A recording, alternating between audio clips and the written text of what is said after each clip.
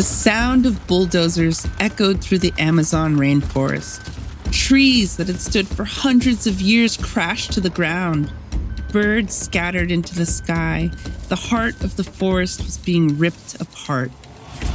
In Brazil's capital city, thousands of miles away, Sônia Guajajara stood at the front of a roaring protest of indigenous feminists.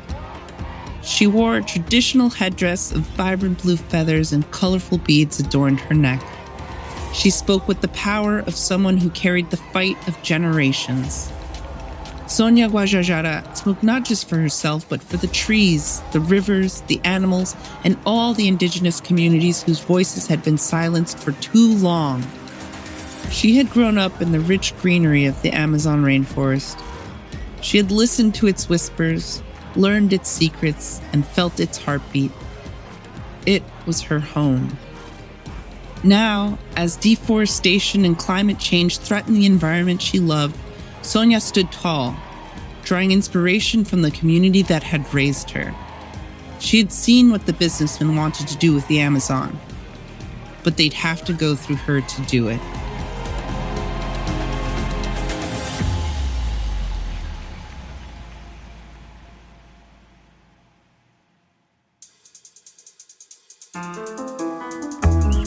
I'm Alexis Garcia, and this is Goodnight Stories for Rebel Girls, a fairy tale podcast about the real-life rebel women who inspire us. On this episode, Sônia Guajajara, activist, leader, and Brazil's first minister for indigenous peoples.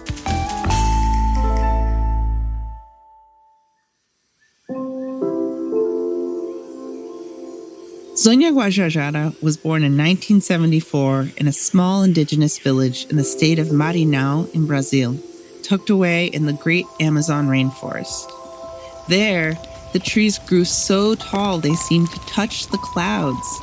Rivers flowed like veins through the land, and all around, the forest buzzed with life. Sônia's parents couldn't read or write Portuguese, but they taught her something far more valuable: how to listen to the forest and respect the land. For us, the wind speaks, Sônia would later explain. The animals speak, the water speaks, the earth screams, and we understand and interpret these signs. Growing up, Sônia would get very angry when she heard hateful statements about indigenous people. Some claimed that indigenous people didn't like to work, but she saw firsthand the daily labor of her family, often caring and nurturing the forest they protected for generations. Others said that indigenous peoples had too much land, but Sônia knew from birth that they were the true guardians of the forest. When Sônia was 15, she made a difficult decision. If she wanted to help her community, she needed a formal education, the kind she couldn't get in her village. The world outside her home felt daunting, but exciting. With her family's blessing, Sônia left home to attend a boarding school where she could study to become a teacher. At school, Sônia realized just how different her life in the Amazon had been from others in Brazil. Those years were eye-opening. Sônia realized that her education gave her opportunities that others in her village didn't have. And with those opportunities came responsibility. Sônia was always drawn to helping others, always called to service. After finishing high school, she became a teacher and then worked in nursing. But her heart remained connected to protecting and celebrating her people. The more she learned about the industrial world, the more she understood that the issues facing her community weren't just local. They were part of a global problem. And like her ancestors, Sônia was willing to risk it all to protect her people and her homeland, and to fight for what's right.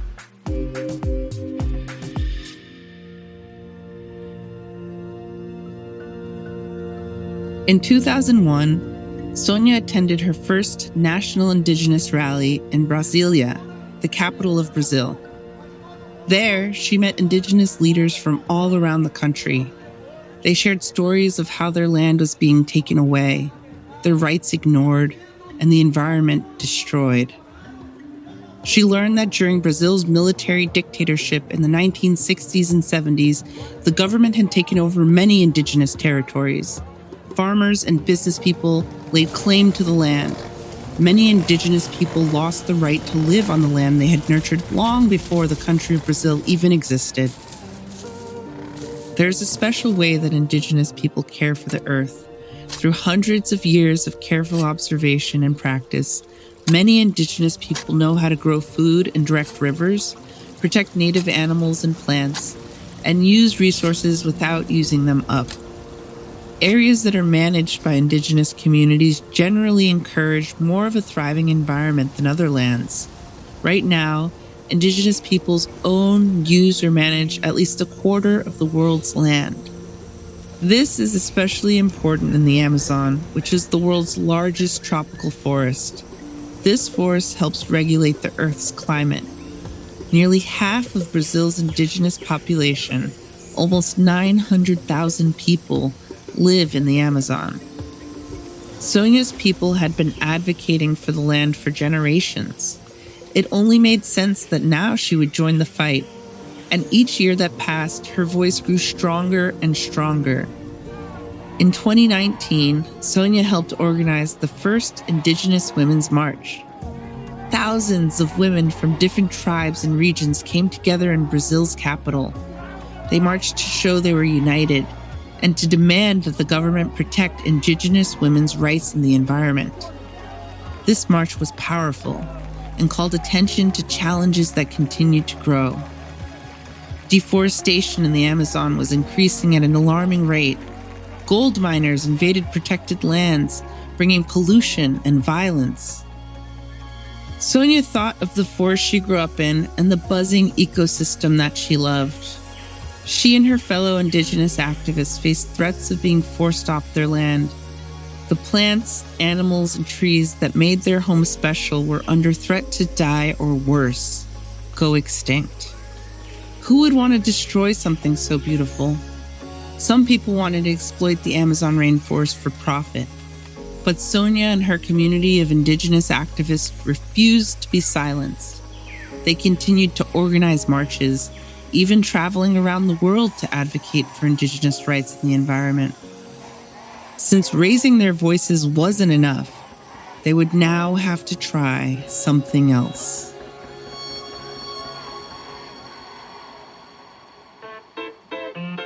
Sonia decided to take her activism to a new level.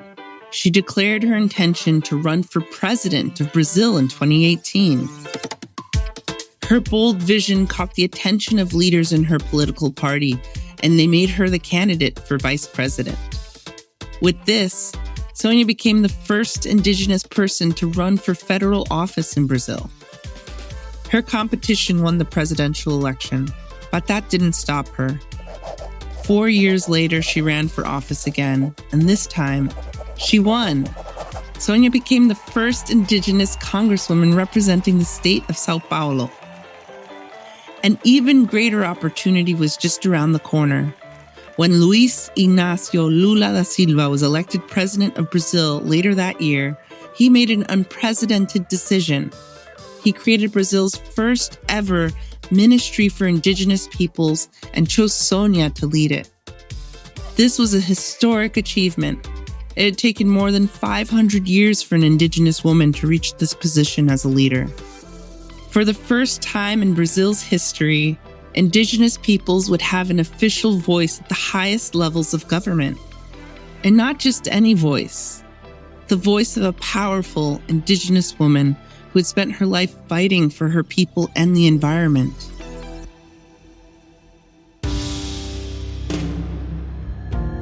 Sonia was scheduled to be sworn in at a ceremony at the presidential palace in January 2023. But just days before, something shocking happened.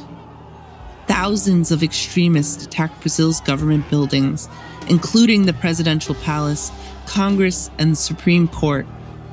It was a direct assault on democracy, but also an attack on the progress Sonia and others represented. But she had come too far to quit now. Despite this attack, Sonia was sworn into office a few days later. She walked bravely hand-in-hand into the presidential palace with Aniele Franco, the new minister for racial equality. It was a powerful image of solidarity and hope.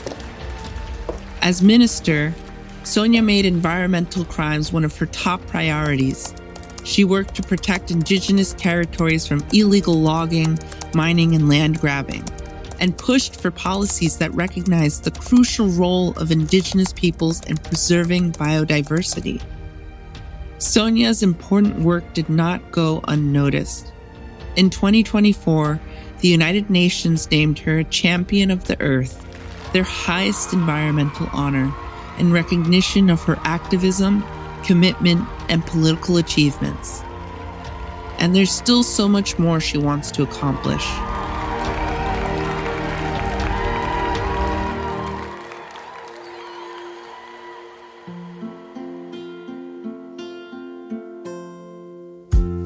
Sonia inspired many more activists in Brazil and around the world. As the Minister for Indigenous Peoples, she made logging illegal on indigenous lands. Deforestation has been reduced by 46%, and Brazil has recognized a record-breaking 13 territories as indigenous lands.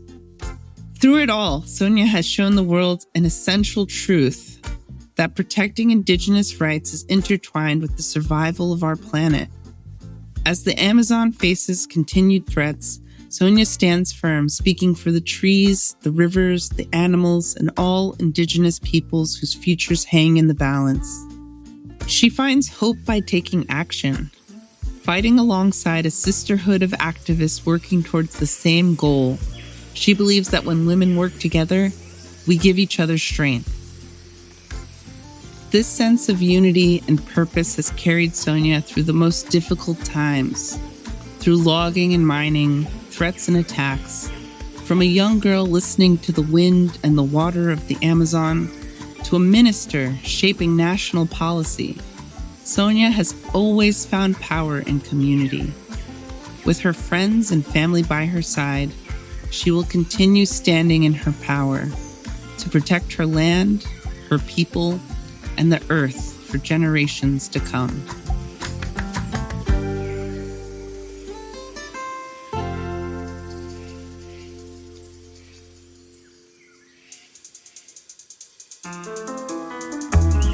This podcast is a production of Rebel Girls. It's based on the book series Goodnight Stories for Rebel Girls.